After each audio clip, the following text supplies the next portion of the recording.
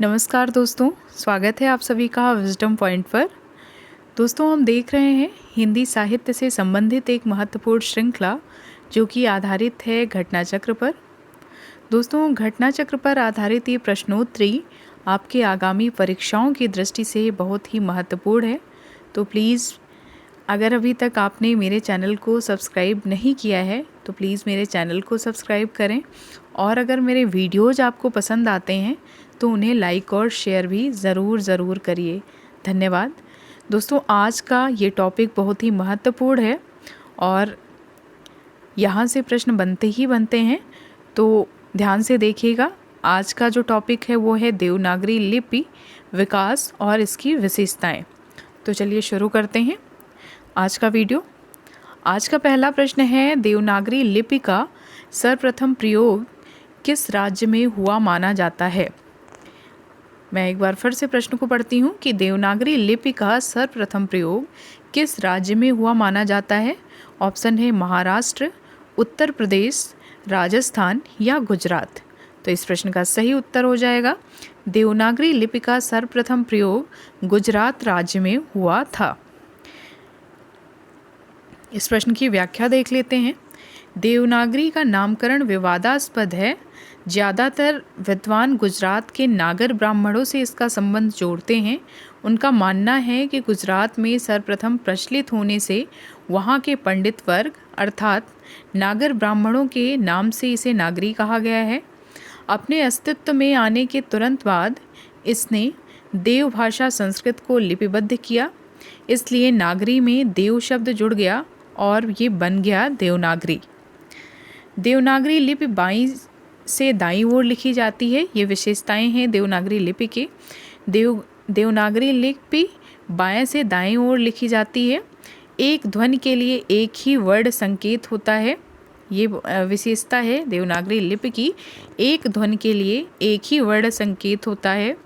एक वर्ण संकेत से अनिवार्यता एक ही ध्वनि व्यक्त होती है। जो ध्वनि का नाम वही वर्ण का नाम होता है। जैसा बोला जाता है वैसा ही लिखा जाता है। तो ये थी देवनागरी लिपि की विशेषताएं। अगला प्रश्न है, देवनागरी का सर्वप्रथम प्रयोग किसके शिलालेख में हुआ है। देवनागरी का सर्वप्रथम प्रयोग किसके शिलालेख में हुआ है आपको बताना है। ऑप्शन है जयभट्ट, अशोक मौर्य, चंद्रगुप्त या हर्षवर्धन। तो इस प्रश्न का सही उत्तर है ऑप्शन ए, देवनागरी का सर्वप्रथम प्रयोग जयभट्ट के शिलालेख में हुआ है। इस प्रश्न की व्याख्या देखते हैं। नागरी या देवनागरी का सर्वप्रथम प्रयोग गुजरात के राजा जयभट्ट, जिनका समय था 7वीं से 8वीं शताब्दी के बीच, उनके एक शिलालेख में हुआ है। अगला प्रश्न है, देवनागरी लिपि की पूर्ववर्ती लिपियों में एक नाम गलत है, वो कौन सा है। देवनागरी लिपि की पूर्ववर्ती लिपियों में एक नाम गलत है और वो नाम कौन सा है। ऑप्शन है ब्राह्मी, खरोष्ठी, शारदा या कुटिला। तो इस प्रश्न का सही उत्तर हो जाएगा। दोस्तों, ये प्रश्न विवादास्पद है क्योंकि इस प्रश्न पर स्टार लगा हुआ है। आइए इस प्रश्न की व्याख्या पढ़ते हैं और समझते हैं इस प्रश्न को अच्छे से। आइए देवनागरी लिपि के विकास क्रम को देखते हैं। लिपि का विकास क्रम शुरू होता है जिसको दो भागों में बांटा गया है, ब्राह्मी और खरोष्ठी। ब्राह्मी लिपि को भी दो भागों में बांटा गया है, दक्षिणी शैली और उत्तरी शैली। उत्तरी शैली से देवनागरी का जन्म हुआ है, लेकिन उत्तरी शैली और देवनागरी के बीच आते आते किस तरह से क्रम परिवर्तन होता रहा है। उत्तरी शैली से गुप्त लिपि का विकास हुआ है और गुप्त लिपि से कुटिल लिपि, जिसको हम सिद्ध मातृका लिपि भी कहते हैं, उसका विकास हुआ है। फिर कुटिल लिपि के से दो लिपियां निकली हैं, देवनागरी लिपि और शारदा लिपि। तो इस प्रकार से देवनागरी लिपि का विकास हुआ है। सबसे पहले लिपि को दो भागों में बांटा गया है, ब्राह्मी और खरोष्ठी। ब्राह्मी को भी दो भागों में बांटा गया है, दक्षिणी शैली और उत्तरी शैली। उत्तरी शैली से हमारी देवनागरी का जन्म हुआ है। उत्तरी शैली विकसित होकर गुप्त लिपि कहलाई और गुप्त लिपि आगे विकसित होकर कुटिल लिपि कहलाई, जिसको हम सिद्ध मातृका लिपि भी कहते हैं। कुटिल लिपि के 2 भाग हैं, जिसमें से एक भाग देवनागरी लिपि कहलाया और दूसरे भाग को हम शारदा लिपि के नाम से जानते हैं। तो कुछ इस प्रकार से था देवनागरी का विकास क्रम। उपर्युक्त चार्ट से स्पष्ट है कि देवनागरी की पूर्ववर्ती लिपियों में शारदा लिपि नहीं है। प्रश्न पत्र में खरोष्ठी के स्थान पर खरोष्ठी तथा कुटिल के स्थान पर कुटिला लिपि दी गई है। संभवतः इसी कारण उत्तर प्रदेश शिक्षा सेवा चयन आयोग ने इस प्रश्न को मूल्यांकन से बाहर कर दिया है। तो ध्यान दीजिएगा, यहाँ पे पूर्ववर्ती लिपियाँ पूछी गई हैं देवनागरी की, तो पूर्ववर्ती लिपियों में शारदा लिपि नहीं है। शारदा लिपि जो है इसकी समकालीन लिपि थी। अगला प्रश्न है, विश्व की प्राचीनतम मानी जाने वाली लिपियों में कौन सी है? विश्व की प्राचीनतम मानी जाने वाली लिपियाँ कौन सी हैं? आपके सामने ऑप्शन है नागरी लिपि, कैथी लिपि, शारदा लिपि या ब्राह्मी लिपि। तो इस प्रश्न का सही उत्तर हो जाएगा ऑप्शन डी, ब्राह्मी लिपि। विश्व की प्राचीनतम लिपि ब्राह्मी मानी जाती है। यह वर्णमाला युक्त लिपि है। भारतीय लिपियां हैं ब्राह्मी और खरोष्ठी। खरोष्ठी से कुछ विद्वान विदेशी लिपि भी मानते हैं, जबकि ब्राह्मी लिपि 2 भागों में बट गई। इसकी 2 शाखाएं हैं, उत्तरी ब्राह्मी और दक्षिणी ब्राह्मी। उत्तरी ब्राह्मी से देवनागरी लिपि का जन्म होता है। उत्तरी ब्राह्मी का विकास गुप्त लिपि में हुआ और गुप्त लिपि, जिसको कुटिल लिपि भी कहा गया, जो आगे विकसित होकर कुटिल लिपि में परिवर्तित हुआ। कुटिल लिपि जहाँ प्राचीन नागरी और शारदा लिपि में परिवर्तित हुआ और उसके बाद प्राचीन नागरी से देवनागरी लिपि का विकास हुआ। तो ये विकास क्रम है भारतीय लिपि ब्राह्मी लिपि का। और जो इसकी दक्षिणी ब्राह्मी लिपि थी उसमें पश्चिमी लिपि, मध्य देशीय लिपि, तेलुगु, कन्नड़ लिपि, ग्रंथ लिपि, कलिंग लिपि और तमिल लिपि का विकास हुआ। तो क्योंकि हम उत्तर प्रदेश के वासी हैं इसलिए ध्यान रखिएगा। और उत्तर प्रदेश एक हिंदी भाषी क्षेत्र है, हिंदी राज्य है, तो यहाँ पे उत्तरी ब्राह्मी ध्यान रखिएगा कि हिंदी या देवनागरी लिपि का विकास उत्तरी ब्राह्मी से हुआ है, ऐसे कनेक्ट कर लीजिएगा। अगला प्रश्न है, नागरी लिपि का विकास किस लिपि से हुआ है? नागरी लिपि का विकास किस लिपि से हुआ है? ऑप्शन है सैंधो लिपि, खरोष्ठी लिपि, यूनानी लिपि या ब्राह्मी लिपि। तो इस प्रश्न का सही उत्तर हो जाएगा देवनागरी का विकास ब्राह्मी लिपि से हुआ है। ऑप्शन डी इस प्रश्न का सही उत्तर हो जाएगा। देवनागरी लिपि का विकास ब्राह्मी लिपि से हुआ है। वस्तुतः ब्राह्मी लिपि की उत्तरी शाखा से गुप्त लिपि, कुटिल लिपि का विकास होता है। कुटिल लिपि से प्राचीन नागरी लिपि तथा शारदा लिपि का विकास होता है। प्राचीन नागरी कालांतर में परिवर्तित होकर नागरी या देवनागरी लिपि के रूप में विकसित हो गई। अगला प्रश्न है, देवनागरी लिपि में आ की 12 खड़ी स्वर ध्वनियों को प्रयुक्त करने का सुझाव किसने दिया था? ध्यान दीजिएगा, ये बहुत ही महत्वपूर्ण क्वेश्चन है। देवनागरी लिपि में आ की 12 खड़ी स्वर ध्वनियों को प्रयुक्त करने का सुझाव किसने दिया था? आपके सामने ऑप्शन है महात्मा गांधी, काका कालेलकर, विनोबा भावे, उपर्युक्त में से एक से अधिक या उपर्युक्त में से कोई नहीं। तो इस प्रश्न का सही उत्तर हो जाएगा ऑप्शन बी, काका कालेलकर। देवनागरी लिपि में आ की 12 खड़ी स्वर ध्वनियों को प्रयुक्त करने का सुझाव काका कालेलकर ने दिया था। 12 खड़ी हैं का से हा तक, जिसमें अंगा और इया भी शामिल नहीं होते हैं। इसमें अंगा और इया शामिल नहीं होते हैं। री स्वर की मात्रा 12 खड़ी में प्रयुक्त नहीं होती है। इसमें कुल वर्ण हैं 396। 12 खड़ी को प्रचलन में लाने का 12 खड़ी को प्रचलन में लाने का सुझाव सावरकर बंधुओं ने दिया था। अगला प्रश्न है, निम्नलिखित में से कौन सा कथन अधिक उपयुक्त है? निम्नलिखित में से कौन सा कथन अधिक उपयुक्त है, आपको बताना है। ऑप्शन ए है देवनागरी का नाम गुजरात के नागर ब्राह्मणों के कारण पड़ा। देवनागरी तांत्रिक चिन्ह देवनगर से संबंधित है। ऑप्शन सी देवनागरी का विकास ब्राह्मी लिपि की उत्तरी शाखा नागरी से हुआ है। उपर्युक्त में से एक से अधिक या उपर्युक्त में से कोई नहीं। तो इस प्रश्न का सही उत्तर हो जाएगा ऑप्शन सी देवनागरी का विकास ब्राह्मी लिपि की उत्तरी शाखा नागरी से हुआ है। ऑप्शन सी इस प्रश्न का सही उत्तर हो जाएगा। अगला प्रश्न है लिपि के विकास का क्रमिक सोपान क्या है। लिपि का विकास, ये बहुत ही इम्पोर्टेंट प्रश्न है, ये कई बार परीक्षाओं में पूछा गया है, इसलिए इसको ध्यान में रखिएगा कि लिपि के विकास का क्रम क्या है। यहाँ मैं फर्स्ट ऑप्शन लेती हूँ और आपको सही करना होगा। सूत्र लिपि, चित्र लिपि, प्रतीकात्मक लिपि या भावमूलक लिपि। तो यहाँ सबसे पहले आता है चित्र लिपि, फिर सूत्र लिपि, फिर प्रतीकात्मक लिपि और उसके बाद में सबसे लास्ट में आता है भावमूलक लिपि। तो इस सीक्वेंस में ऑप्शन सी है, इसलिए ऑप्शन सी इस प्रश्न का सही विकल्प हो जाएगा। चित्रलिपि, चित्रलिपि के बाद सूत्र लिपि, फिर प्रतीकात्मक लिपि और सबसे लास्ट में आता है भावमूलक लिपि। अगला प्रश्न भी रिपीटेड है, ये ध्यान दीजिएगा। लिपियों का सही विकास क्रम आपको बताना है, फिर से वही प्रश्न है और यहाँ पे आप पहचान के बताएं कि लिपियों का सही विकास क्रम क्या है।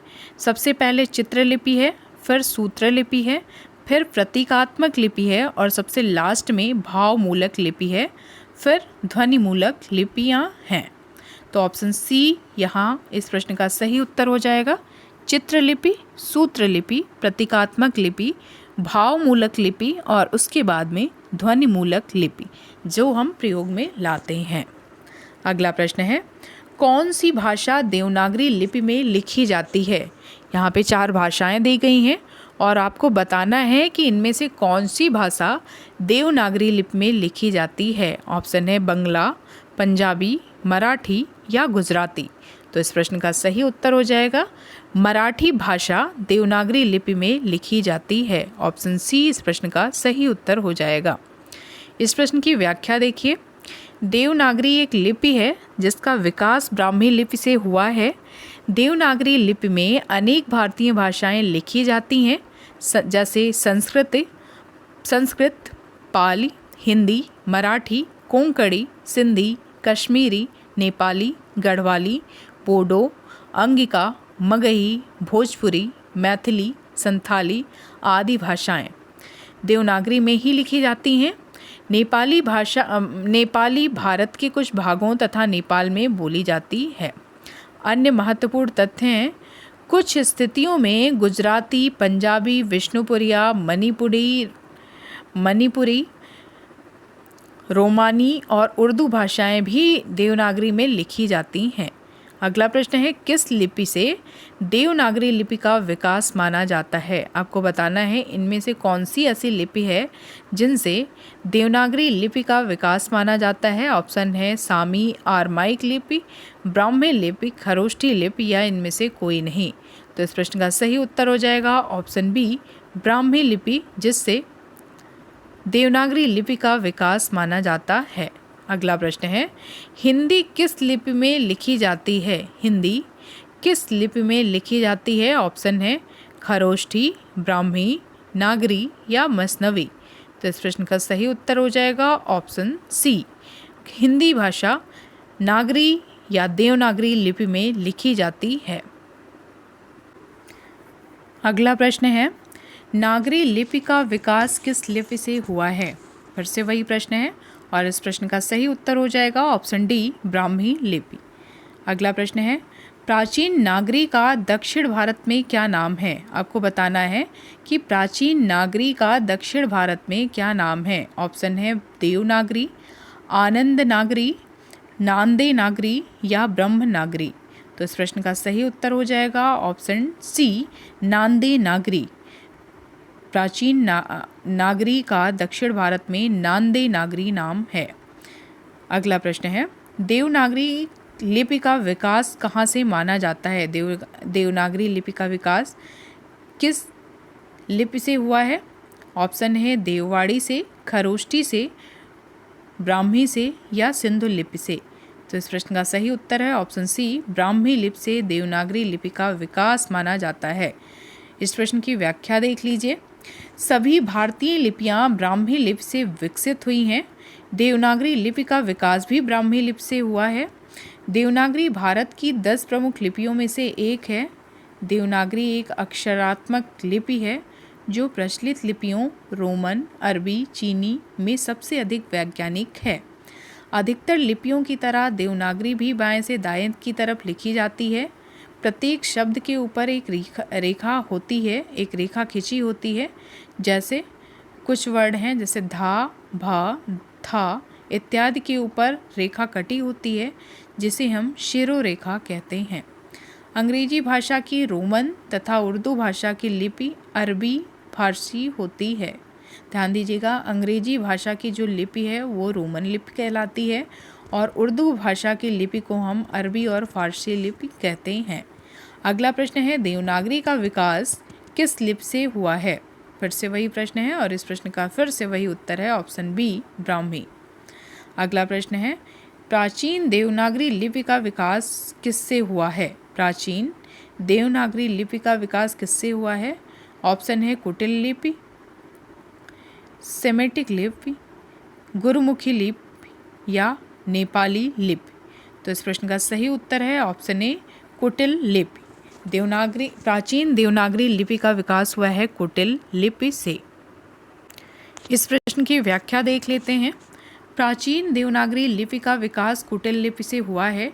इस कुटिल लिपि से 8वीं या 9वीं शताब्दी के लगभग नागरी के प्राचीन रूप का विकास हुआ जिसे प्राचीन नागरी कहते हैं। प्राचीन नागरी का क्षेत्र उत्तरी भारत है किंतु दक्षिणी भारत के कुछ भागों में भी यह मिली है। दक्षिण भारत में इसका नाम नागरी ना होकर नांदी नागरी है। प्राचीन नागरी से ही आधुनिक नागरी, गुजराती, महाजनी, राजस्थानी, कैथी, मैथिली, असमिया, बंगला आदि लिपियां विकसित हुई हैं। अन्य महत्वपूर्ण तथ्य हैं सर विलियम जोन्स का विश्वास है कि ब्राह्मी लिपि का विकास सेमेटिक लिपि से हुआ है। ध्यान दीजिएगा, सर विलियम जोन्स का विश्वास है कि ब्राह्मी लिपि का विकास सेमेटिक लिपि से हुआ है।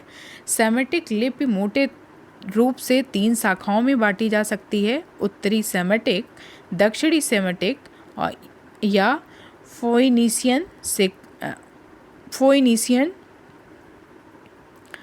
अंगद देव जी ने प्राचीन शारदा लिपि और सीमित उपयोग की एक स्थानीय लिपि मिलाकर गुरुमुख लिपि का विकास किया। मैं एक बार फिर से पढ़ती हूँ। अंगद देव जी ने प्राचीन शारदा लिपि और सीमित उपयोग की एक स्थानीय लिपि मिलाकर गुरुमुखी लिपि का विकास किया। इसी लिपि में उन्होंने गुरु नानक देव की तथा अपनी भी समस्त वाणी लिखी। इससे पूर्व गुरु नानक देव की वाणी का बहुत भाग तो केवल फारसी लिपि में उपलब्ध था। अगला महत्वपूर्ण पॉइंट है नेपाली भाषा ब्राह्मी लिपि से उद्भूत देवनागरी लिपि में लिखी जाती है। नेपाली नेपाल की भाषा है। यह भारत की भी एक राष्ट्रीय भाषा है। नेपाली भारत के प्राचीन नाम पहाड़ी, रवस, पर्वती, गोरखा व गोरखोली रहे हैं। अगला प्रश्न है इनमें से कौन सी भाषा देवनागरी लिपि में लिखी जाती है? ऑप्शन है उड़िया, मराठी, गुजराती या पंजाबी। तो ध्यान रखिएगा, जो मराठी भाषा है वो देवनागरी लिपि में लिखी जाती है। ऑप्शन बी इस प्रश्न का सही उत्तर हो जाएगा। मराठी भाषा की लिपि देवनागरी है किंतु कुछ लोग इसे मोड़ी लिपि का भी प्रयोग करते हैं। भाषाएं तथा उनकी लिपियां हैं। पंजाबी भाषा की जो लिपि है उसको हम गुरुमुखी लिपि कहते हैं। लहंदा की जो लिपि है उसको लंडा व फारसी कहते हैं। हिंदी और मराठी की देवनागरी लिपि है। वर्णमाला रहित जो लिपियां हैं उनको देख लेते हैं। वर्णमाला रहित लिपियां हैं चीनी लिपि, सिंधु घाटी लिपि, क्रीटी लिपि और हिटाइप लिपि। देवनागरी लिपि की सबसे बड़ी विशेषता कौन सी है? ऑप्शन ए है हिंदी भाषा की लिपि होना, प्राचीन लिपि होना, अनेक भारतीय भाषाओं की लिपि होना या सर्वाधिक वैज्ञानिक लिपि होना, एक ध्वनि के लिए एक संकेत होना। तो इस प्रश्न का सही उत्तर हो जाएगा ऑप्शन डी। देवनागरी लिपि की जो सबसे बड़ी विशेषता है वो है इसका सर्वाधिक वैज्ञानिक लिपि होना, एक ध्वनि के लिए एक संकेत होना आदि। इस प्रश्न की व्याख्या देख लेते हैं। भारत की सभी लिपियां ब्राह्मी लिपि से ही निकली हैं। ब्राह्मी लिपि का प्रयोग वैदिक आर्यों ने शुरू किया। ब्राह्मी लिपि का प्राचीनतम नमूना 5वीं सदी ईसा पूर्व का है, जो कि बौद्धकालीन है। गुप्त काल के प्रारंभ में ब्राह्मी के दो भेद हो गए थे, उत्तरी ब्राह्मी और दक्षिणी ब्राह्मी। दक्षिणी ब्राह्मी से तमिल लिपि, कलिंग लिपि, तेलुगु, कन्नड़ लिपि, ग्रंथ लिपि, तमिलनाडु, मलयालम लिपि का विकास हुआ, जबकि देवनागरी लिपि की विशेषता है सर्वाधिक वैज्ञानिक लिपि का होना तथा एक ध्वनि के लिए एक ही प्रतीत होना।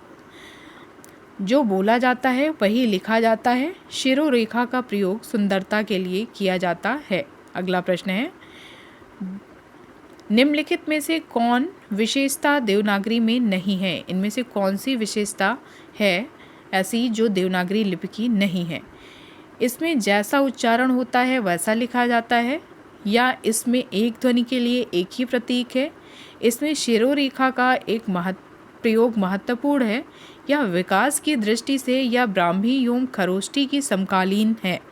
तो इस प्रश्न का जो सही उत्तर है, जो देवनागरी लिपि की विशेषता नहीं है, वो है ऑप्शन डी। विकास की दृष्टि से यह लिपि ब्राह्मी एवं खरोष्ठी की समकालीन है। जी नहीं, देवनागरी लिपि अगर समकालीन है किसी की तो वो है शारदा लिपि।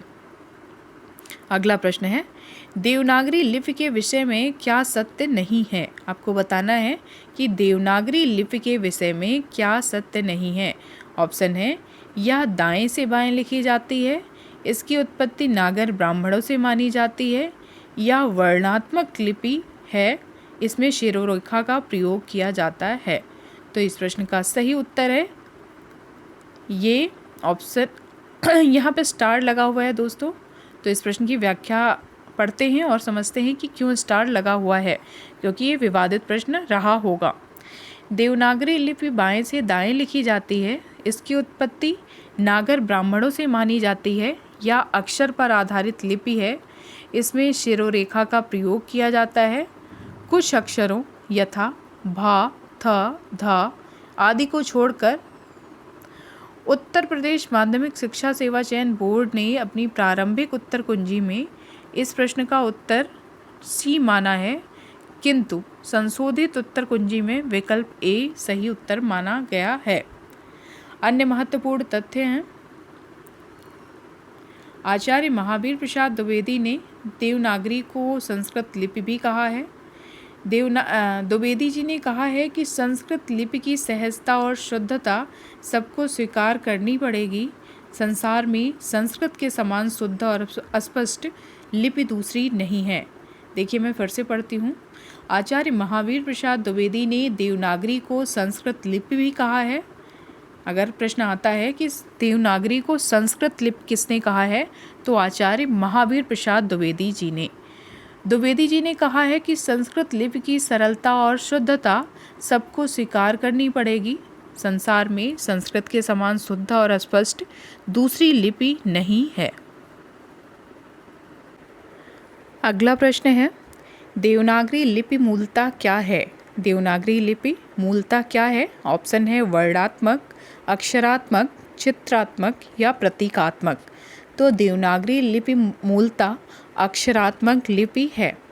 उपर्युक्त प्रश्न की व्याख्या देखें। उत्तर प्रदेश माध्यमिक शिक्षा सेवा चयन बोर्ड ने अपनी प्रारंभिक उत्तर कुंजी में इस प्रश्न का विकल्प बी माना था, किंतु संशोधित उत्तर कुंजी में इस प्रश्न को मूल्यांकन से बाहर कर दिया। हालांकि अधिकतर विद्वान इसे अक्षरात्मक लिपि मानते हैं।